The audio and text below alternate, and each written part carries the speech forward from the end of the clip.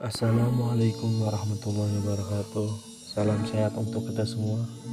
Kami dari kelompok 1 ingin mempresentasikan sistem pendukung keputusan atau dalam kurung Decision Support System. Kelompok 1 terdiri dari saya sendiri, Abizar Fajrul Ilmi, teman saya Fatima Azahra, Lucia Efrida, dan Rizal Aris Menandar. Sistem pendukung keputusan. Sistem pendukung keputusan merupakan suatu sistem interaktif yang mendukung keputusan dalam proses pengambilan keputusan melalui alternatif yang diperoleh dari hasil pengolahan data, informasi, dan rancangan model. Sistem pendukung keputusan Decision Support System adalah suatu sistem informasi yang menggunakan model-model keputusan, basis data, dan pemikiran manajer sendiri. Proses modeling interaktif dengan komputer untuk mencapai pengambilan keputusan oleh manajer tertentu. Sistem pendukung keputusan bukan merupakan alat pengambil keputusan, melainkan merupakan sistem yang membantu pengambil keputusan yang melengkapi mereka dengan informasi dari data yang telah diolah dengan relevan dan diperlukan untuk membuat keputusan tentang suatu masalah dengan lebih cepat dan akurat. Sistem pendukung keputusan menggunakan adanya model analisis, basis data khusus, wawasan dan penilaian dari pengambilan keputusan itu sendiri, sebuah proses permodelan interaktif berbasis komputer untuk mendukung keputusan bisnis semi terstruktur. 3 komponen utama sistem pendukung keputusan. Yang pertama, subsistem pengolahan data, database. Yang kedua, subsistem pengolahan model base. Yang ketiga, subsistem pengolahan dialog, user interface.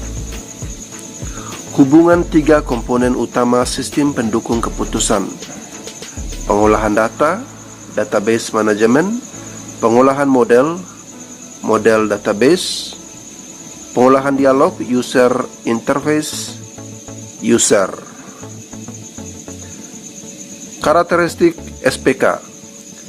Pendukung keputusan dirancang untuk membantu pengambilan keputusan dalam memecahkan masalah yang bersifat semi terstruktur atau tidak terstruktur dengan menambahkan kebijaksanaan manusia dan informasi komputerisasi.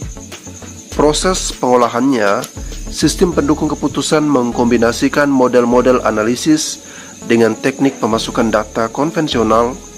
Sistem pendukung keputusan dapat digunakan atau dioperasikan dengan mudah oleh orang-orang yang tidak memiliki dasar kemampuan mengoperasikan komputer tingkat tinggi.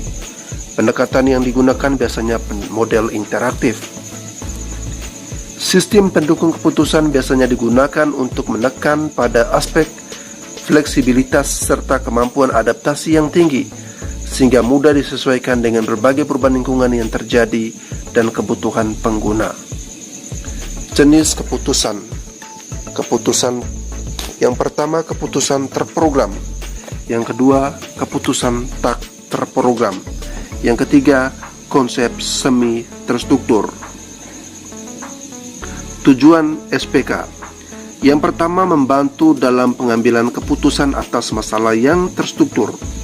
Yang kedua, memberikan dukungan atas pertimbangan manajerial dan bukannya dimaksudkan untuk mengganti fungsi manajer.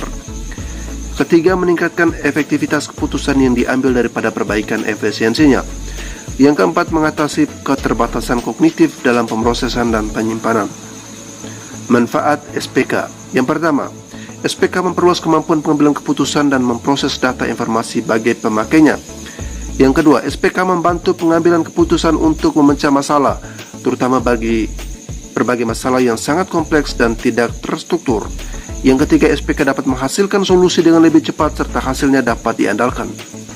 Yang keempat, walaupun suatu SPK mungkin saja tidak mampu memecahkan masalah yang dihadapi oleh pengambil keputusan, namun ia dapat menjadi stimulan bagi pengambil keputusan dalam memahami persoalannya karena menyajikan berbagai alternatif pemecahan.